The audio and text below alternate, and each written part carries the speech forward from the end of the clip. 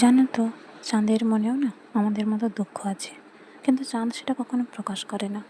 একমাত্র প্রকাশ পায় যখন ওই পূর্ণিমার পর অমাবস্যা আসে, মেঘের আড়ালে সব কিছু ঢাকা পড়ে যায়। যখন চাঁদ আর দেখা যায় না, তখন হয়তো একটু বা প্রকাশ পায়। যেমন আজ পূর্ণিমা, আবার চন্দ্রগ্রহণও আছে।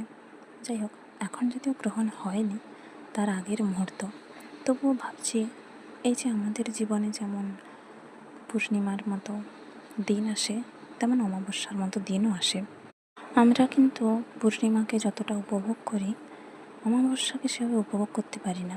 দেখো, জীবনে ভালো খারাপ উভয়ই আসে, তাই না? তুমি শুধু ভালোটা নিয়ে থাকবে, খারাপটা নেবে না, তা তো করলে হয় না। গ্রহণ করতে হলে উভয়েরটাকেই গ্রহণ করতে হয়।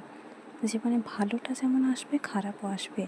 ভেবে নাও যে মুদ্রার এপিঠ আর ওপিঠ, ভালোটা যেমন হচ্ছে তেমন খারাপটাও স্বাভাবিকভাবে নাও।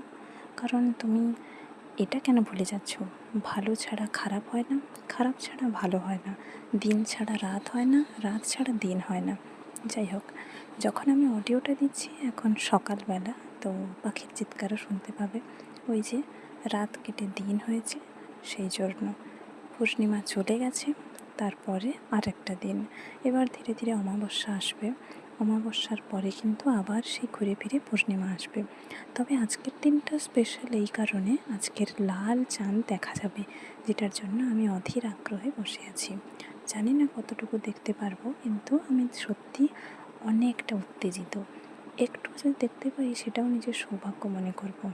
কেন জানো, যখনই কোনো না কোনো বিশেষ কিছু থাকে তখন হয় বৃষ্টি, নয় মেঘলা আকাশ, আর নয়তো সময়ের হেরফেরে দেখতে পাই না।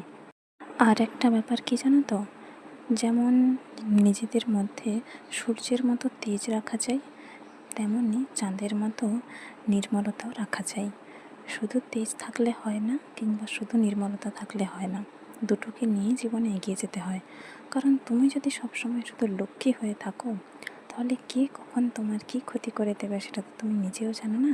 তাই সময় বিশেষে মা দুর্গা, মা কালীও হতে হয়, যাতে অসুর নাশ করতে পারো। তো এই যে দেখো লাল চাঁদ, চলো এখনকার মতো টাটা।